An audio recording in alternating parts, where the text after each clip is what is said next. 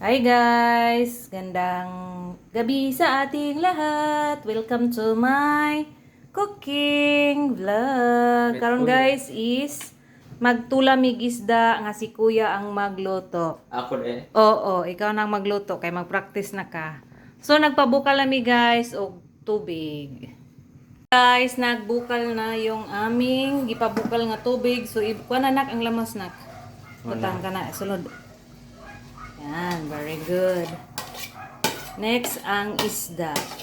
Ina-inira og butang kay base mo pisik. Pwede ra na nimo kamuton. O patama ra na kutsara out ka na. Okay. Okay. Layo ra pud. Uy, idul-dul pud na. Na. Okay. First time ba niya magluto guys, mo nang mahadlok.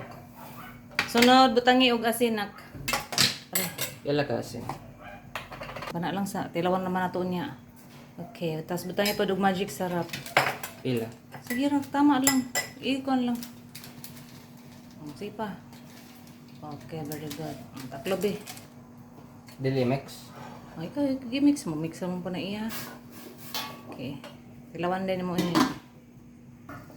Tilawan. Kakit sa ng tilaw. Tabang? Tabang pa? Ulang o kasi. Butang eh. So nag-add nami guys og asin kaya medyo tabang pagamay. Add na dayon ang pichay ug ang patula. Kaya dali ra man igud maluto. Ang isda mo gud pag imong dugayon na mugahi. Man ang dapat sakto ra gid siya pagkaluto. So taklobi. Dali pa.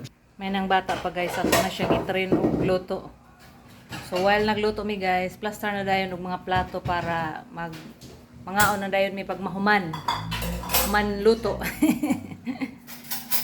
Nara guys, ang aming sinabaw na isda na kanang tiyan nga part sa malasugi. O tilawin na para ma-prove gid nimo nga sakto na ang timpla. Na kadaghan na para ma-taste gid nimo ang kung sagid kalami.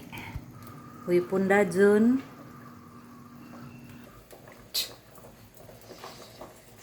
Nga. Tama na? Tama. Inatabang? Dili. Very good. Na kasi kuya mo luto, guys. So, muna to siya, guys. First time ni kuya magluto og sinabaw nga isda. Sa sunod, siya na magluto.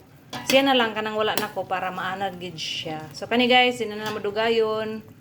Kay para lami kadyo ang gulay, dili lata. Yun lang again. So, thanks for watching. Enjoy cooking. Happy eating. Huwag ka malong sa akong istorya. Ano siya kabalong? Ipaningot ko guys, kay gikan ko nag-walking. Kunya nag-sadzaw-sadzaw dadyon para mas ma-exercise pag yun.